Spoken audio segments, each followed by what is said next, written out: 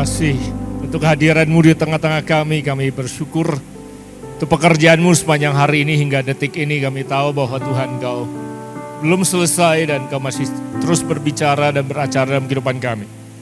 Serahkan waktu yang ada di depan kami dalam tangan Tuhan. Kami minta Roh Kudus Engkau terus melayani kami, berbicara dalam kehidupan kami. Membuka pikiran kami, melembutkan hati kami.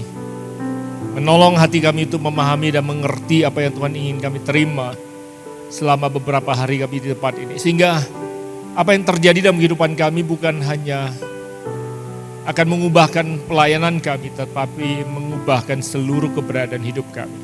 Pernikahan kami, cara kami membesarkan anak-anak kami, cara kami memimpin, sepenuhnya akan mengalami transformasi dan perubahan karena intervensi dan campur tangan Tuhan dan surga dalam kehidupan kami sekali lagi. Kami serahkan semuanya ke dalam tangan Tuhan sekali lagi malam hari ini. Berbicaralah kepada kami, tutup bungkus tempat ini. Dan Roh Kudus Engkau sendiri yang berbicara dan melakukan lebih daripada apa yang hamba-Mu mampu lakukan. Kami berjanji segala syukur hormat hanya milik Kristus sendiri. Sekali lagi kami serahkan di dalam nama Yesus Kristus Tuhan Juru Selamat kami yang hidup. Dan setiap kita yang percaya bersama-sama kita katakan amin, amin, amin.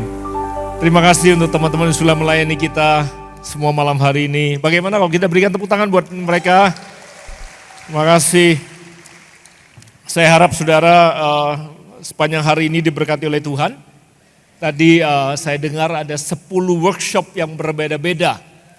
Ada workshop saya dengar kalau nggak salah dengan Ibu Adi sama Pak istri atau Ibu Eni, istri dari Pak David, khusus untuk hamba-hamba Tuhan atau istri hamba-hamba Tuhan. Boleh tahu yang hadir dan ikut di workshop istri hamba-hamba Tuhan, boleh lambaikan tangan.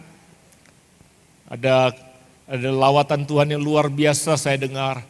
Ada teriakan, erangan, nama-nama suami yang disebut di situ saya dengar. Saya dengar, nggak tahu benar apa enggak. Saya dengar karena saya bersyukur untuk workshop itu. Selain ada workshop yang lain tadi Pastor Sidney dan Pak Adi sendiri melayani, saya nggak salah ada banyak sekali workshop yang sudah dilakukan. Saya kira memang kita ini hamba-hamba Tuhan itu sebenarnya yang paling sering susah ketemu teman, betul gak sih? Kita paling susah untuk bisa menemukan tempat di mana kita bisa curhat. Kita menjadi tempat didatangin, tempat dimintain tolong, tapi kita sendiri kadang-kala paling susah untuk menemukan tempat pertolongan, apalagi tempat yang aman untuk bisa mencurahkan isi hati kita. Saya berharap selama beberapa hari ini Anda bisa menemukan teman yang baru. Saya berharap Anda menemukan komunitas yang bisa sehat, bisa berlanjut, ada WhatsApp group yang bisa berlanjut mungkin, tempat-tempat yang sehat untuk kita bisa saling bertukar pikiran. Salah satu pasang yang sering saya ganggu setiap kali saya datang adalah Pak Yusuf dan istri. Saya setiap kali salami istri beliau, saya katakan bagaimana? Kemudian istrinya tanya, maksudnya apa? Bagaimana suaminya? Karena kalau ada sesuatu yang perlu dilaporkan silakan diberitahukan. Karena kebahagiaan pelayanan sangat tergantung kepada kebahagiaan istri. Semua setuju ya Bapak? Ya. Karena temperatur kebahagiaan rumah tangga kita ditentukan oleh mood daripada istri kita. Semua yang setuju suami katakan? Itu tadi jebakan, seharusnya Bapak diam aja. Karena kalau ibu bahagia, seluruh rumah bahagia. Kalau di rumah Bapak bahagia, ibu tidak bahagia, maka rumah itu tidak bahagia. Tidak ada yang boleh bahagia, setuju gak sih?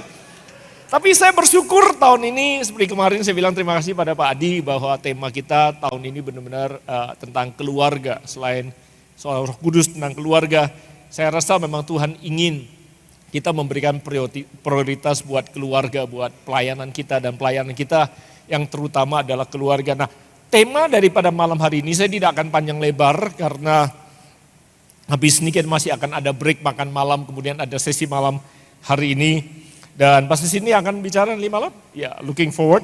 Dan tema saya malam ini atau sore hari ini adalah warisan yang kekal.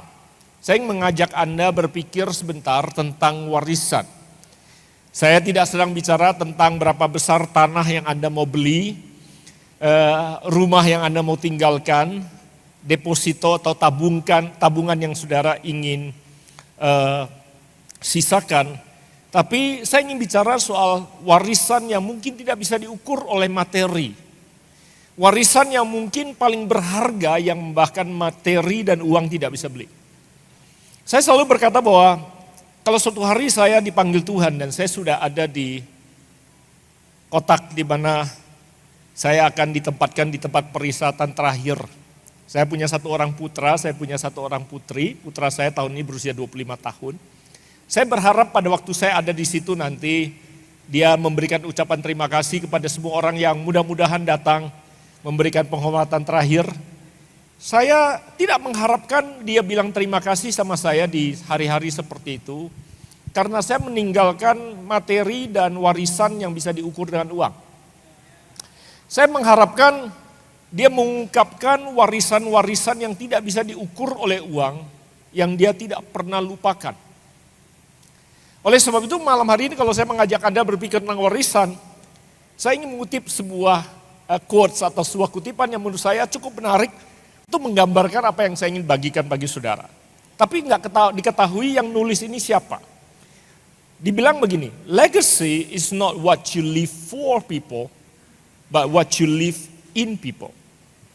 Saya terjemahkan bahasa Indonesianya, warisan itu bukanlah apa yang Anda tinggalkan untuk orang lain, tapi warisan adalah apa yang Anda tinggalkan di dalam diri orang lain. Warisan yang paling berharga bukanlah apa yang Anda tinggalkan untuk orang lain. Warisan yang paling berharga adalah apa yang Anda tinggalkan di dalam diri orang lain. Oleh sebab itu kalau kita menilik ini saja, walaupun kalimat ini sepertinya tidak ada ayat Alkitabnya, tetapi menurut saya kalau menilik nilai daripada apa yang kerajaan surga ajarkan, kerajaan surga bicara soal bahkan nilai dan warisan yang jauh lebih berharga daripada apa yang mata bisa lihat. Betul gak saudara? Oleh sebab itu kalau kita menilik ini harusnya setiap kita mampu dan diberi kesempatan untuk meninggalkan warisan. Tadi siang saya punya kesempatan dan kehormatan duduk dengan Pak Roni dan istri. Beliau adalah bapak dan ibu asrama di STT Sangkakala.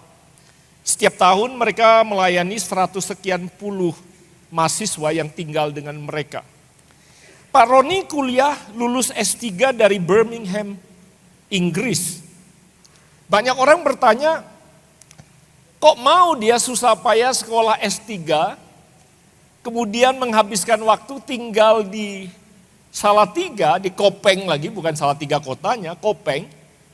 Tinggal di asrama, sebelahan dengan anak-anak kampus. Dan padahal sebenarnya pada waktu beliau masuk dijanjikan ada tanah yang akan dibangunkan menjadi tempat tinggal dia yang sampai hari ini belum jadi. Bukan karena gereja, sinode, STT tidak membangunkan, tidak. Dia berkata bahwa tadi kesaksiannya kalau boleh Pak Roni nggak tahu di mana saya minta izin. Dia katakan memang Roh Kudus yang menggerakkan saya untuk tidak perlu tinggal di situ supaya lebih dekat dengan anak-anak mahasiswa. 2 jam tadi saya duduk dengan mereka bertanya kepada saya, alasan mengapa saya meninggalkan Jerman setelah 14 tahun tinggal di Jerman, kembali ke Indonesia tahun 99 setelah kerusuhan, pulang ke Indonesia merintis gereja yang sekarang kami sebut itu JPCC, asal muasalnya seperti apa dia katakan. Karena banyak orang yang juga berpendapat yang sama, kok mau kamu meninggalkan kenyamanan di Eropa, pulang ke Indonesia memulai sesuatu yang tidak pasti pada waktu itu. Dengan mimpi ingin mengubah generasi. Kalau bahasa Jakarta, emang lo siapa? Darah nggak biru. Keluarga bukan politisi. Bukan keturunan bangsawan. Negara ini begitu besar. Emang lo siapa mau mengubah bangsa? Mimpi yang terlalu muluk. Dan mimpi yang terlalu mustahil. Dan saya bilang sama Pak Roni, karena keyakinan kepada Tuhan dan kuasa Tuhan, kita mulai dengan apa yang di depan mata dan satu langkah demi satu langkah demi satu langkah. Saya tidak merasa bahwa apa yang Tuhan panggil kami lakukan di JPCC sudah tercapai karena ukurannya bukan kebaktiannya, bukan jumlah lagu yang ditulis. Pastor Sini kemarin cerita 400-an lagu dia tulis. Keberhasilan yang nanti dia akan persembahkan pada Tuhan bukan berapa banyak lagu yang dia tulis. Tapi berapa banyak kehidupan yang berubah karena apa yang ditulis. Kalau satu lagu aja cukup ada hidup yang berubah. Cukup satu lagu. Apa yang kita perlu pertanggungjawabkan sama Tuhan, warisan hidup kita bukan apa yang kita tinggalkan untuk orang lain. Bukan berapa besar gedung yang berhasil kita bangun dan kita wariskan kepada penerus kita. Bukan berapa banyak jemaat yang berhasil kita menangkan, tanda kutip, kumpulkan. Untuk kita persembahkan kepada Tuhan. Tapi berapa banyak kehidupan yang bisa ceritakan. Saya selalu berkata bahwa seberapapun panjang kita hidup, warisan hidup kita itu dituliskan, digambarkan di dalam garis penghubung. Yang menghubungkan antara tanggal lahir kita dan tanggal meninggal kita, betul gak? Kita semua tahu kapan kita lahir, yang kita belum tahu adalah kapan kita pergi. Tapi mau berapa panjang, berapa pendek pun, di batu nisan kita ya garis penghubungnya segitu-gitu aja. Yesus hanya hidup 33,5 tahun dan hanya melayani 3,5 tahun. Bahkan menurut ukuran manusia kematiannya tragis. Tetapi warisannya, wow, sampai hari ini pun kita berkumpul karena apa yang dia lakukan. Yang dia tinggalkan, bukan apa yang dia tinggalkan bagi kita secara materi, tetapi apa yang dia tinggalkan di dalam hidup manusia. Warisan yang paling berharga yang saya harapkan adalah kisah-kisah yang terus-menerus bisa diceritakan. Yang saya isi di dalam garis penghubung, yang berapapun panjang Tuhan izinkan saya hidupi. Saya ingin cerita tentang anak saya, karena saya punya 2 orang anak. Tadi di workshop saya bilang, saya anak pendeta yang merasa saingan saya untuk mendapatkan perhatian papa saya adalah satu. Saya nggak tahu itu orang atau barang. Si satu itu namanya pelayanan. Karena gara-gara pelayanan, papa saya sering pergi dan saya dikorbankan. Karena ada pelayanan, papa saya tidak hadir di acara yang seharusnya dia hadir. Karena pelayanan, satu dan lain hal, saya menjadi korban. Jadi saya merasa saingan saya adalah si pelayanan itu. Saya nggak tahu dia siapa waktu saya kecil. Ada sesosok yang namanya pelayanan. Saya bahkan nggak tahu dia jenis kelaminnya laki-laki apa perempuan. Saya nggak tahu dia orang dewasa apa anak kecil. Dan selain pelayanan ada temannya si pelayanan yang juga mencuri kekuatan dan semua fasilitas yang harusnya saya nikmati. Ya temannya si pelayanan itu namanya Tuhan. Jadi waktu saya tumbuh besar saya benci sama pelayanan, saya benci sama si pelayanan yang saya belum pernah kenalan, dan saya benci sama Tuhan. Nah kalau kita mau anak-anak kita cinta sama Tuhan dan cinta sama pelayanan, kita adalah misionaris pertama yang harus melayani mereka. Sehingga mereka nggak benci sama si pelayanan dan mereka benci sama si Tuhan. Belum khotbah sih, masih mau dilanjutkan Bapak Ibu. Karena saya adalah korbannya salah satu. Selain saya benci sama Tuhan, selain saya benci sama pelayanan, saya benci sama ayah saya. Karena saya merasa kenapa dia jadi pendeta. Waktu saya lulus SMA, saya mau masuk kuliah, nggak bisa masuk kuliah. Karena nggak punya uang. Mimpi saya mau jadi orang kaya. Atau mau jadi orang kaya. Karena capek jadi anak pendeta. Betul, miskin. Ada anak pendeta? Tos dulu. Ini juga anak pendeta. Kamu benci sama si pelayanan? Enggak, Lili enggak. Kamu benci sama si pelayanan? Dia senyum-senyum aja. Sangat diplomatis dia senyumnya. Saya mau masuk kuliah nggak bisa. Karena ya mau masuk sekolah swasta nggak ada uang. Mau masuk sekolah negeri, saya besar di Medan, lahir di Binjai. Ada orang Sumatera. Saya orang Sumatera. Saya besar di Medan atau mulai dari kelas 3 SD di Medan. Jadi untuk bisa kuliah supaya bisa jadi orang kaya suatu hari, saya harus masuk universitas. Kalau zaman saya harus masuk jurusan IPA kalau boleh. Karena jurusan IPS itu jurusan orang yang nggak bisa masuk IPA.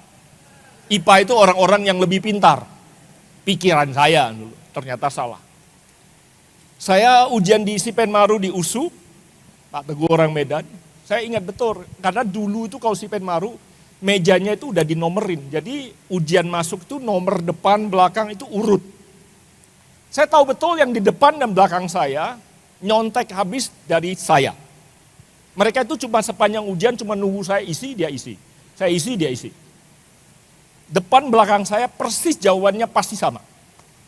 Waktu buka koran analisa di tahun 1985, nomor depan, nomor belakang saya muncul, nomor saya nggak muncul. Kok bisa? Wah, ujiannya sama persis, kenapa di atas saya, di bawah saya muncul. Saya harus belajar fakta yang sangat menyakitkan, saya nggak masuk karena saya nggak punya marga. Saya marah sama Tuhan. Lah, saya nggak pernah milih kok. Kalau saya dikasih pilih, saya pilih. Kalau boleh saya pilih Gultom. Tobing lah. Atau marga yang paling nggak populer deh, terserah. Saragi terkenal sih ya. Mau Batak, Karo kek, mau Batak, Mandeling kek, mana aja deh. Saya nggak pernah milih mata sesipit ini, muka sekorea ini, nama sespanyol ini. Bener, bikin bingung orang. Muka Korea, mata Cina, nama Spanyol, dompet kere. Saya betul ini curhat, boleh gak curhat? Saya marah sama Tuhan, saya marah sama orang tua saya marah sama negara terus terang. Setiap kali saya ditanya, aduh malas cerita, ini kayaknya buka luka lama. Saya terakhir baru cerita, sama ada orang pemerintah ketemu. Karena jemaat kami sekarang di pemerintahan dan dia bilang, jemaat Anda ini baik, luar biasa, dia ini jadi garam, jadi terang. Loh, kok dia ngerti garam terang?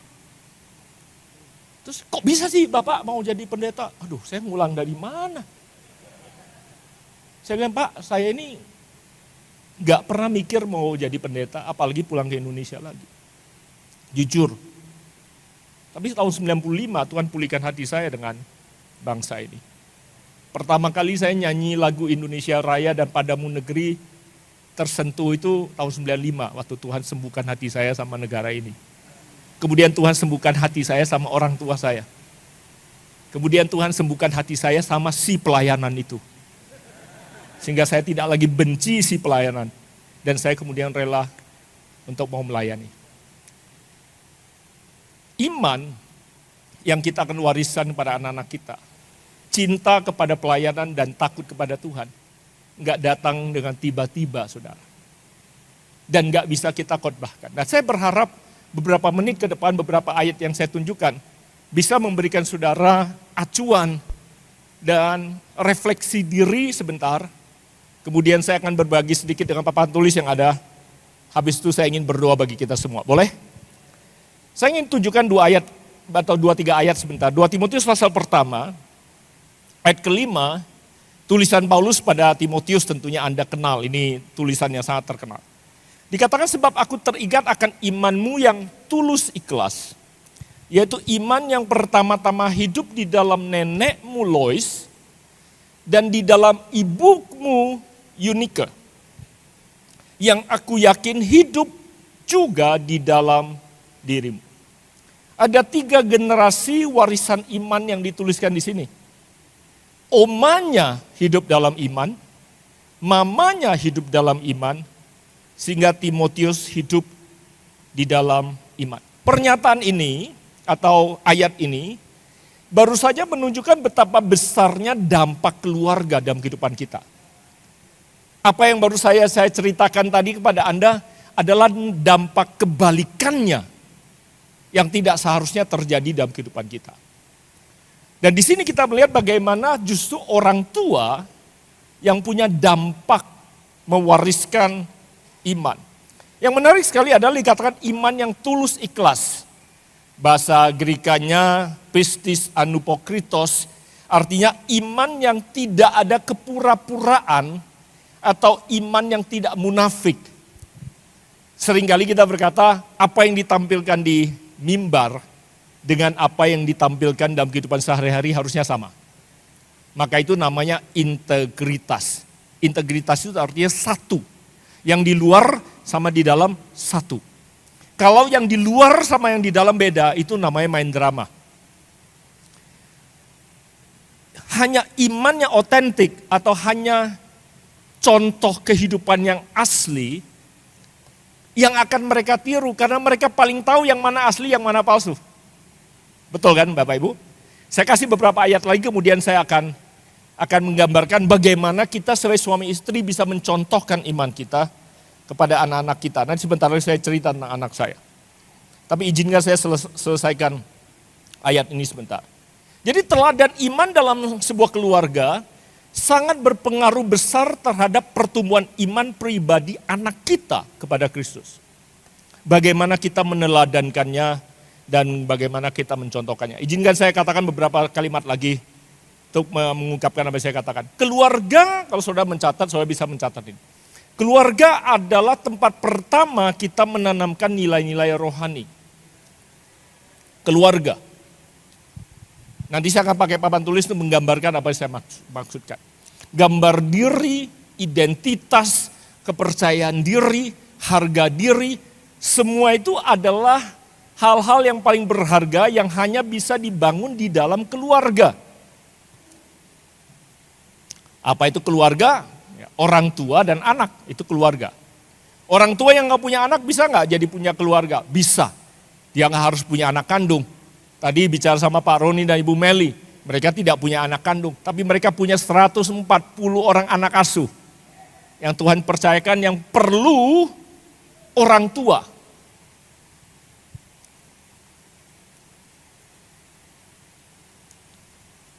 Ibrani 11 ayat 4. Beberapa ayat lagi. Karena iman Habel telah mempersembahkan kepada Allah korban yang lebih baik daripada korban Kain. Dengan jalan itu ia memperoleh kesaksian kepadanya bahwa ia benar karena Allah berkenan akan persembahannya dan karena iman, perhatikan, ia, Habel, masih berbicara sesudah ia mati. Saya sedang menantang kita bersama-sama untuk menghidupi sebuah kehidupan yang warisan hidup kita masih akan terus berbicara, bahkan jauh melampaui usia hidup kita di muka bumi ini. Melalui anak-anak kita, melalui anak-anak asuh kita, melalui jemaat kita, melalui benih pelayanan yang kita tinggalkan. Sehingga setelah kita tidak ada, dampak daripada kehidupan kita.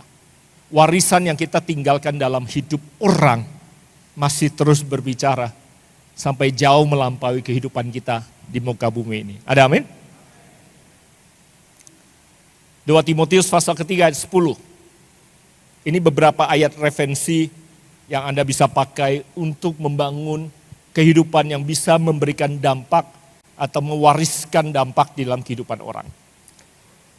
Dikatakan 2 Timotius 3 ayat 10. Engkau telah mengikuti ajaranku, Paulus bilang sama Timotius. Engkau telah mengikuti ajaranku yang pertama, cara hidupku yang kedua, pendirianku yang ketiga, imanku yang keempat, kesabaranku yang kelima, kasihku yang keenam, ketekunanku yang ketujuh. Kalau Anda merasa ini adalah 7 hal yang Anda juga ingin ajarkan kepada anak-anak Anda, percayalah ke-7 hal ini nggak bisa kita susun dalam bentuk workshop. Untuk 3 hari kita ajarkan pada anak-anak kita. Tapi seumur hidup kita perlu meneladankan cara hidup, meneladankan pendirian, meneladankan iman percaya kepada Tuhan, mencontohkan kesabaran kapan? Pada waktu kita sedang dipepet mobilnya di jalan, pada saat hak kita sedang dilanggar, pada saat kepentingan kita sedang dilanggar, pada saat kita punya hak untuk marah, pada saat itulah anak-anak kita memperhatikan reaksi kita. Bagaimana kita mengasihi, bahkan melepaskan pengampunan buat orang yang sudah mencederai dan menusuk kita dari belakang. Termasuk pada waktu saudara bertekun dalam menghadapi badai. Apakah ini menolong saudara? Satu ayat lagi. Saya biarkan ayat ini bicara pada saudara. Efesus pasal ketiga 18, aku berdoa, Paulus bilang, supaya kamu bersama-sama dengan segala orang kudus dapat memahami. Kata memahami itu ginosko. Betapa lebarnya, panjangnya, dan tingginya dalamnya kasih Kristus. Ginosko bukan bicara soal ini. Ginosko bicara soal ini. Anak-anak kita seringkali kita dikasih mereka informasi, ajaran, teguran di sini. Tapi dampak paling besar adalah pada waktu mereka ginosko. Memahami, mengerti, menangkap apa yang terbaik yang kita ingin sediakan bagi mereka. Saya tinggalkan materi saya akan bercerita di papan tulis sebentar. Tapi izinkan saya cerita tentang anak saya perempuan namanya Joy. Tadi saya cerita sama Pak Roni, saya bilang 13 tahun pertama saya tinggal di Jakarta, sekarang saya sudah 26 tahun. 13 tahun pertama kami pindah rumah 10 kali. Karena kami pindah kontrakan 10 kali dalam 13 tahun. Anak-anak kami nggak punya tempat di mana mereka bisa ingat ini adalah rumah masa kecil mereka. Karena pindah terus. Suatu hari kami pindah, saya tadi cerita, salah satu alasan kami pindah adalah karena anak kami yang perempuan ini minta anjing.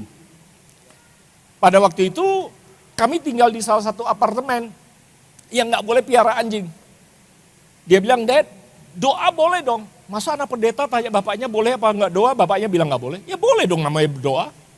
Jadi saya boleh minta sama Tuhan apa saja. Yes. Dia berdoa. Tiap malam dia bilang, Tuhan Yesus, dia umur 6 atau 7 tahun, saya ingat. Aku minta anjing. Dan kalau dia minta sangat spesifik, aku minta golden retriever. Dan aku minta yang golden bukan yang brown. Tiap malam. Dalam nama Yesus, amin. Tiap malam, sampai kami udah lupa kalau dia doa. 26 tahun berlalu, kami dapat anjing, dan pernah saya dikasih persembahan anjing yang cuma 1 kali itu. Saya kasih bocoran aja dulu. Suatu hari di gereja ada jemaat kami datang. Kak, mau tanya, kami mau kasih persembahan anjing. Saudara tahu reaksi saya pertama? Terima kasih. Tidak, terima kasih. Karena kami tahu kami nggak bisa piara anjing. Tapi tiba-tiba saya ingat anak saya. Loh, yang minta anjing kan anak saya. Maaf. Yang kasih itu Dave Wadimena. Dave, boleh tahu nggak anjing apa? Golden Retriever, Kak. Full breed. Indonesian champion. Lemes saya. Saya tanya sama istri, kasih tahu sama dia nggak? Kalau kasih tahu, gimana cara peliharainnya? Singkat cerita kami pindah rumah. Kami pindah rumah, itu pengalaman dia bahwa dia tahu Tuhan menjawab doa dan Tuhan hidup. Itu umur 7-8 tahun dia. Oke? Nah, yang saya mau ceritakan bukan yang itu. Yang saya mau ceritakan adalah di usia 16 tahun, dia pemain sepak bola, dia pemain tim DKI sepak bola putri, mengalami infeksi otak. Saking beratnya dia infeksi, seorang pemain sepak bola sampai tidak bisa berdiri dan harus duduk di kursi roda. Coba saudara, orang tua yang mana yang tidak galau dan tidak gelisah dan tidak sedih dan tidak takut, lihat anaknya yang biasanya tidak bisa berhenti, bergerak, tiba-tiba nggak bisa apa-apa, bicara nggak bisa, nulis nggak bisa, gerak sedikit muntah karena motion sickness, dan diperiksa oleh dokter, dianalisa infeksi otak yang lumayan berat. Obatnya mahalnya minta ampun. 5 hari infus bisa sekian M. Uangnya kita nggak ada. Pada saat seperti itu, kami hanya bisa berdoa. Singkat cerita, Tuhan baik, dia sembuh hari ini. Dia pulih sempurna, bisa bergerak dan lain sebagainya. Tapi yang saya mau ceritakan pada Anda adalah, baru saja 2 minggu yang lalu saya ketemu dengan dia. Saya samperin dia karena dia sedang kuliah. Saya samperin dia, saya tanya sama dia, Dek, waktu Dede mengalami itu, muntah setiap didorong sebentar muntah, didorong sebentar muntah. Dede nggak takut? Enggak. Kenapa Dede bisa nggak takut? Ada Tuhan. Ada Tuhan. Iman percaya pada Tuhan itu nggak bisa kita taruh di sini. Iman percaya mereka pada Tuhan hanya bisa Roh Kudus lakukan di dalam mereka. Dan kita ini nggak bisa maksain masuk. Kita hanya bisa meneladankan hidup dan mencontohkan hidup. Sehingga mereka punya iman seperti itu kepada Tuhan. Saudara, itu warisan yang paling berharga yang bisa kita tinggalkan pada anak-anak kita. Saya masih berdoa untuk kakaknya. Kakaknya cinta Tuhan, tapi kakaknya belum punya pegangan sekuat seperti adiknya. Kakaknya nggak pernah minta anjing sih. Saya masih hari ini masih berdoa. Kalau Anda berdoa buat keluarga Anda, saya juga masih berdoa buat anak saya. Supaya dia cinta Tuhan, dia takut Tuhan, dia rela habis-habisan sama Tuhan. Dan itu adalah warisan yang paling berharga yang akan membuat saya tenang, terbaring dan meninggalkan dunia dan alam semesta ini. Kalau kedua anak saya punya Tuhan dan iman yang tidak tergoyahkan. Saya tidak mengabaikan pentingnya pelayanan yang kita perlu pertanggungjawabkan sama Tuhan. Tapi keluarga dan anak-anak kita adalah tanggung jawab kita yang paling besar. Saya tadi pagi bilang sama para ayah, yang akan membuat anak kita ini percaya sama kita. Bukan karena kita bayar, tapi karena kita hadir. Banyak kita ini bertanggung jawab, tapi karena kita bertanggung jawab karena kita bayar. Bayar uang sekolahnya, bayar biaya hidupnya, bayar kebutuhannya. Tapi yang mereka lebih butuhkan bukan bayaran kita, tapi kehadiran kita. Tahu nggak saudara, banyak mimpi anak-anak kita ini sebenarnya tidak muluk-muluk. Tadi bicara sama Pak Roni tanya saya di JPCC lagi bikin apa? Saya bilang tahun ini kami lagi sedang bikin camp, nanti bulan Agustus apa? Father and Son Camp? Agustus ya. Kami akan bikin camp di mana ayah kami minta datang ber3 hari bersama anak mereka yang kelas 4 sampai kelas 6 SD. Karena banyak ayah yang punya anak kelas 4 sampai kelas 6 SD nggak tahu mesti ngomongin apa sama anaknya. Karena dunianya begitu jauh jaraknya. Saya bilang kami akan bikinkan aktivitas 3 hari, bikinkan topik yang mereka bisa bicarakan. Mereka bisa bicarakan tentang masturbasi, mereka bisa bicarakan tentang pornografi, mereka bisa bicarakan tentang jatuh cinta, mereka bisa bicarakan apa saja. Kita mau menolong ayah untuk bisa berhubungan lagi dengan anaknya, supaya gambar diri anaknya dapat dipulihkan. Kemudian Pak Roni bilang, banyak sih anak-anak teman-teman yang ada di estetisme mereka rindunya, seandainya mereka bisa makan sama bapaknya. Seandainya mereka bisa punya waktu sama mamanya. Seandainya mereka bisa punya waktu dengan orang tuanya. Nah, sudah mengatakan itu semua, saya ingin tutup apa yang saya share kepada Anda malam hari ini, 10 menit saya, menggambarkan tentang sebenarnya panggilan utama yang Tuhan berikan bagi kita sebagai manusia pada waktu manusia ditempatkan dan diciptakan di muka bumi ini. Tadi di workshop sempat saya berbagi sebentar, tapi saya ingin ambil waktu 10 menit terakhir berbagi dengan saudara. Saya nggak tahu apakah kamera cukup tajam bisa menangkap ini. Tapi kalau bisa, saya ingin mengajak Anda melihat di Kejadian pasal kedua ayat 24 kalau Anda lihat Alkitab saudara. Saya minta teman-teman praise and worship siap-siap kalau boleh. Kejadian 2 ayat 24 bilang, sebab itu seorang laki-laki akan meninggalkan ayahnya dan ibunya untuk bersatu dengan istrinya, betul gak? Dikatakan ada seorang laki-laki akan meninggalkan ayahnya dan ibunya. Demikian juga dengan seorang wanita, perempuan akan meninggalkan ayahnya dan ibunya. Mereka berdua akan menjadi satu. Supaya mereka bisa memenuhi bumi dan supaya mereka bisa menaklukkan bumi. Kejadian pasal pertama ayat 27 memberikan gambaran tentang mandat budaya yang Tuhan berikan bagi manusia, yaitu untuk memenuhi dan menaklukkan bumi. Makanya Tuhan menciptakan laki-laki itu sesuai dengan gambar dirinya, demikian juga perempuan juga sesuai dengan gambar dirinya. Kalau badan mereka menjadi satu, bumi penuh. Kemampuan untuk menjadikan diri mereka banyak, daya cipta itu Tuhan percayakan kepada manusia. Tetapi untuk manusia ini, kalau mereka menjadi satu secara jasmani, maka mereka punya anak. Ini yang kita sebut sebagai keluarga. Atau saya tulis di bawah saja. Kesatuan ini yang kita sebut sebagai keluarga. Kalau jasmaninya jadi satu, bumi bisa penuh dengan keturunan. Apakah terlalu kabur untuk bisa kelihatan sampai ke belakang? Di belakang kelihatankah? Oke. Tetapi untuk anak ini bisa berjaya kalau kita bicara warisan tadi. Imannya, karakternya, disiplinnya, nilai-nilai hidupnya. Untuk anak ini bisa menaklukkan bumi dengan baik, punya kinerja yang baik.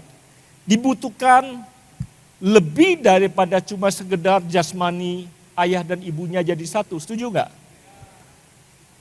Oleh sebab itu di Kejadian pasal kedua 24 dikatakan mereka bukan hanya akan bersatu tetapi mereka harus menjadi satu. Nah, bersatu itu adalah sebuah progres menjadi satu. Hanya karena kita menikah tinggal satu rumah, kan tidak otomatis membuat kita semakin hari semakin menjadi satu. Saya nggak tahu tadi apakah di sesi ibu-ibu ada curhat yang bilang, semakin saya ikut hidup sama dia, semakin saya nggak kenal dia, gitu misalnya. Karena saya seringkali mendengar keluhan dalam pernikahan, di mana seorang istri yang mungkin bilang, Pak, semakin saya hidup sama dia, semakin saya nggak kenal dia. Padahal tinggal satu rumah, tidur satu kamar, di dalam satu ranjang, bahkan berbagi satu bantal. Tapi menjadi satu tidak akan bisa terjadi hanya karena badannya tinggal satu rumah. Oleh sebab itu kalau bukan jiwanya jadi satu dan rohnya jadi satu, pikirannya jadi satu, perasaannya jadi satu, maunya jadi satu. Kalau bukan pikir, rasa, dan maunya jadi satu, mereka tidak akan menjadi satu. Dan pada waktu dunia dipercayakan untuk manusia kelola, Tuhan berkata menjadi satu ini adalah prasyarat untuk dunia bisa ditaklukkan. Menjadi satu ini adalah prasyarat untuk anak-anak kita menjadi perkasa. Karena identitas, gambar diri, harga diri, kepercayaan diri, keperkasaan hanya akan bisa anak ini warisi kalau bapak dan ibunya menjadi satu. Iblis nggak takut saudara punya rumah dan kamar yang mewah dan tidur bersatu. Yang iblis takut itu adalah kalau pikiran saudara jadi satu, perasaan saudara jadi satu, sehingga maunya saudara satu. Kalau maunya saudara satu, Alkitab sebut itu sebagai sepakat.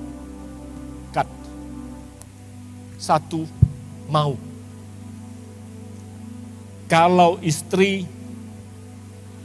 hormat sama suami, seperti jemaat hormat sama Kristus.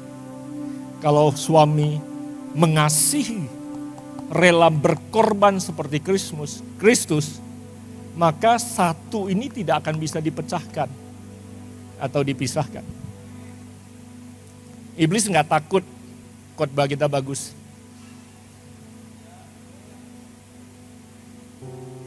Iblis takut kalau hidup kita benar. Doa saya, pulang dari retreat ini minimal Anda yang datang berdua. Menjadi lebih dekat cara berpikirnya. Jangan sampai bilang, aku susah ngomong sama bini istriku. Semakin aku ngomong, semakin aku pusing. Berarti ada jarak antara cara Anda berpikir dengan cara istri Anda berpikir. Aku capek deh ngomong sama suami, gak pernah dia ngerti itu. Ini kata-kata yang baru saya kutip itu kata-kata istri saya, saudara, bukan Anda. Istri saya, benar. 7-8 tahun pertama istri saya jadi korban.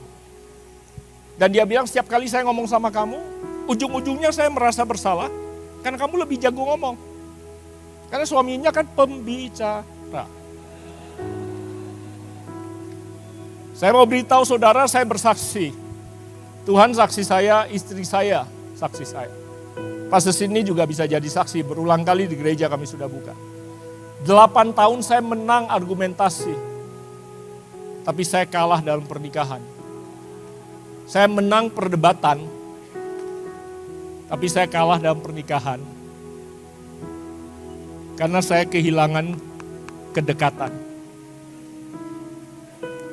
Enggak cerai, istri saya enggak pernah kabur, enggak pisah, enggak.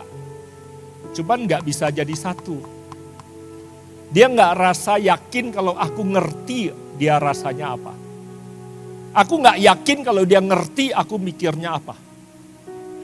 Makanya intimacy, kedekatan itu hanya bisa dibangun dengan orang yang kita yakin dia ngerti betul aku mikirnya seperti apa. Belum ngomong, dia ngerti. Baru jelaskan dikit, dia nggak salah paham. Betul nggak sih? Makanya kedekatan itu kalau pikirannya dekat.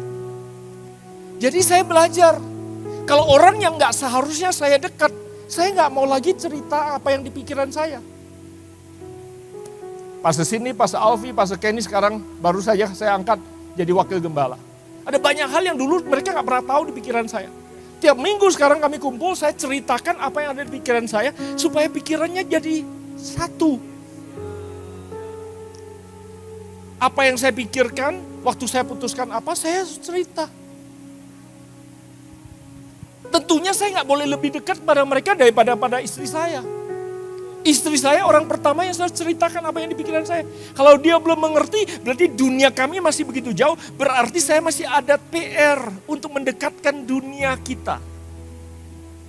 Demikian juga saya harus mendekatkan diri, merendahkan hati untuk mengerti dia yang rasakan. Apa yang dia rasakan. Berapa banyak bapak-bapak yang mau mengaku jujur susah mengerti perasaan istri kita. Jadi ibu-ibu tolong kasih kami anugerah. Tolong kasih kami anugerah. Kalau istrimu hadir sini bilang, ya ma, betul dia. Tolong kasih aku anugerah, tolong kasih waktu, tolong kasih kesabaran. Jelaskan ulang apa yang kamu rasakan. Jujur, berulang kali saya ngomong apa, istri saya rasanya apa. Contoh aja, contoh. Dia kalau kadang-kadang zaman waktu kita baru menikah, baru mulai gereja. Dia bilang, yang uang kita habis. Memang gajinya kecil. Mau bayar uang kontrakan 900.000 aja gak bisa. Dia bilang, uang kita habis. Saya bilang, hah? Saya reaksinya, hah? Dia nangis. Lah kok kamu nangis? Masa jawab, hah? Nangis? Terus dia bilang, kenapa kamu gak percaya sama aku? Lah, siapa yang gak percaya? Kan cuman betul gak bapak-bapak? Iya kan? Betul gak sih? Siapa yang gak percaya? Nah, laki-laki kalau membela diri pinter ada barang bukti. Saya bilang, buktinya saya percaya kamu. Gaji saya 100% dari bendara gereja ditransfer ke rekening kamu. Kamu yang simpan. Kalau aku gak percaya, masa rekening aku atau gaji aku kirim ke rekening kamu? Betul gak bapak-bapak? Itu barang bukti, ada saksinya bendahara, ada bukti transfer, ada barang buktinya. Tapi pertanyaannya, emang istri saya sembarangan nangis? Gak mungkin, kalau tidak beralasan dia nangis, betul gak sih? Berapa banyak ibu-ibu yang mendukung istri saya? Wadi langsung, salah. Ampun bu, ampun. Salah, betul salah. Bertahun-tahun saya nggak ngaku. Saya menang debat. Cuma rumah tangga saya jadi korban. Sampai akhirnya orang sombong ini berani ngaku. Iya sih, jujur memang dulu tuh mungkin bukan nggak percaya. Tapi, Dipakai kemana aja uang itu? Kira-kira. Tertulis mungkin di sini, gak dikeluarkan di sini. Baru kemudian dia bilang, oke, kamu ngaku sekarang. Kedepannya kita bagaimana? Dia ungkapkan perasaannya, aku ya sedih, kamu gak percaya. Oke, aku ngaku. Sekarang kedepannya bagaimana? Pada waktu saya ngerti perasaannya, pada waktu kita sepakat kedepannya bagaimana, jarak yang memisahkan kami bisa dijembatani. Kadang-kala yang kita butuhkan bukan doa dan bantuan yang lain. Yang kita butuhkan adalah terbuka untuk mendekatkan pikiran, perasaan, dan kemauan. Kamu maunya apa? Kamu kepengennya apa? Kamu selama ini merasa aku kurangnya apa? Karena kalau hal yang sama kita katakan sebagai tuntutan dan dibalas dengan pembelaan diri, adanya cuma dua orang saling membenarkan diri, betul gak? Yang jadi korban adalah kesatuan kita. Dan yang diuntungkan hanya iblis. Saya berdoa malam hari ini peperangan rohani kita yang paling dahsyat. Kalau seorang suami mau meredahkan hati, seorang istri mau membesarkan hati, dan bersama-sama kita bilang, Tuhan, kami akan mempertahankan kesatuan ini, kami akan memperjuangkan kesehatian dan kesepakatan ini. Malam hari ini kita menang peperangan rohani yang paling dahsyat, yang tidak bisa diambil dari kehidupan kita. Amin. Saudara setuju? Nah, kalau Anda lakukan ini prosesnya, tadi yang saya ceritakan semua, anak-anak kami lihat setiap hari. Anak-anak kami lihat bagaimana kami menyelesaikan konflik. Itu warisan yang paling berharga. Yang akan membuat mereka mengerti bagaimana memilih pasangan, bagaimana menjalani kehidupan, dan bagaimana melibatkan Tuhan dalam kehidupan mereka. Bapak Ibu, saya berharap apa yang saya bagikan bisa menginspirasi, memberikan pertolongan, dan memberikan bantuan untuk Bapak Ibu menjalankan kehidupan, membesarkan anak-anak Anda. Amin. Bersediakah kita berdiri sebentar kalau saya ingin berdoa? Kalau Anda hadir dengan pasangan Anda, bersediakah Anda menghampiri pasangan Anda kalau duduknya kebetulan terpisah? Kalau tidak, genggam tangan pasangan Anda, saya ingin berdoa sebentar.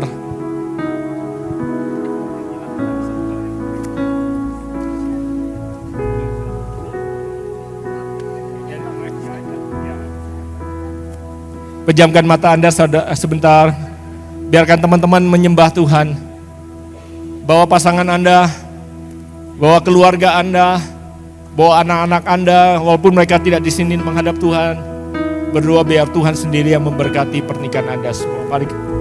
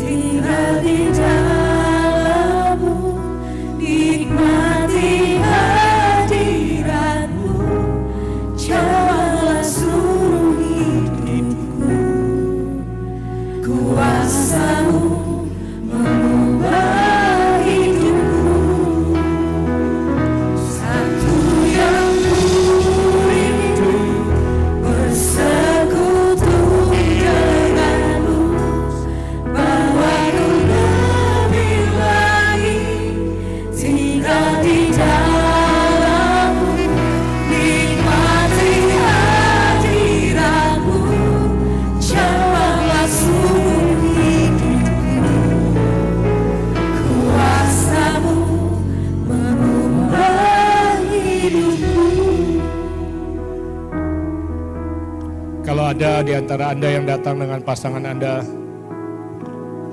kalau ada yang Tuhan bicarakan dan Tuhan sampaikan yang perlu Anda tindak lanjuti, Ambil beberapa saat engkau bisik-bisik dengan pasanganmu kalau perlu saat ini juga. Kalau ada hal-hal yang Anda perlu katakan, Anda perlu ucapkan, ambil beberapa saat ini, lupakan kiri kananmu, ini hanya antara engkau dengan Tuhan sebentar.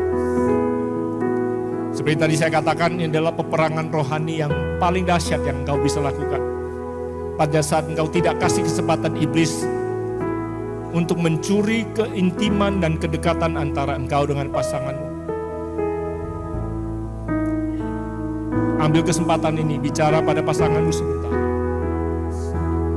Kalau nggak tahu apa yang harus engkau katakan, bilang, Tuhan, aku terima kasih untuk dia. Bilang sama dia, sayang, aku bersyukur untuk kamu. Peluk dia kalau perlu. Kalau nggak biasa peluk, ini malam pertama kalau engkau peluk pasanganmu kalau perlu.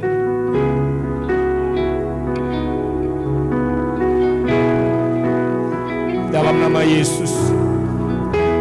Dalam nama Yesus. Satukan pikiran mereka. Satukan perasaan mereka. Satukan kemauan mereka. Dalam nama Yesus. Dalam nama Yesus.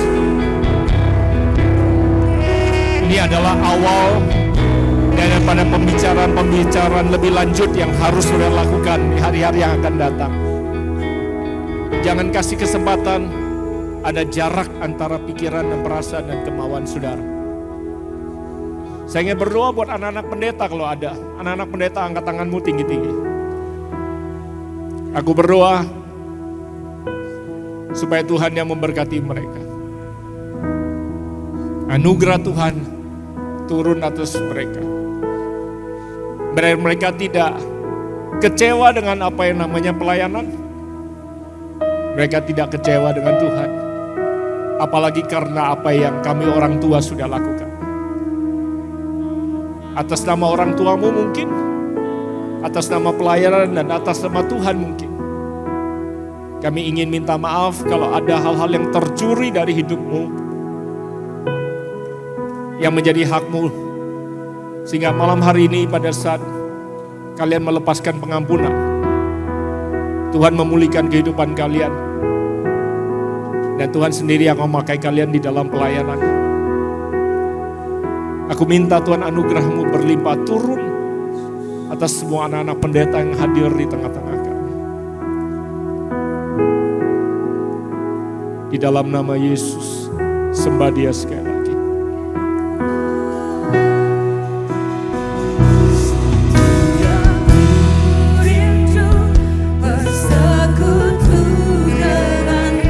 Dalam nama Yesus.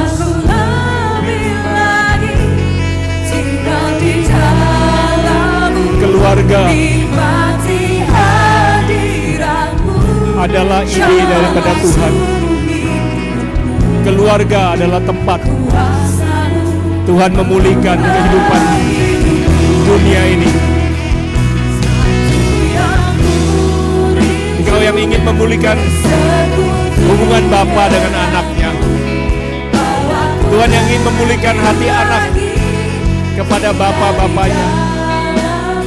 Tuhan, biarlah Engkau mulai dari kami, hamba-hambamu, mulai dari kami, anak-anak hamba-hambamu.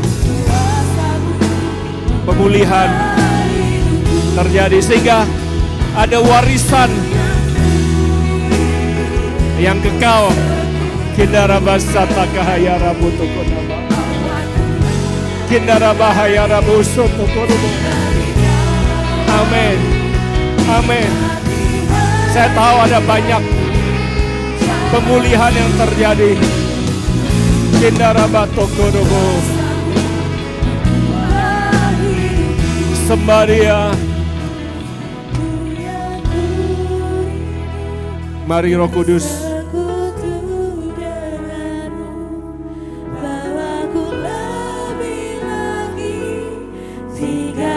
Minyak yang baru, anggur yang baru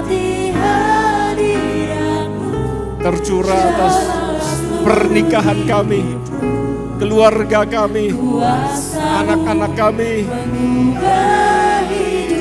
Dalam nama Yesus.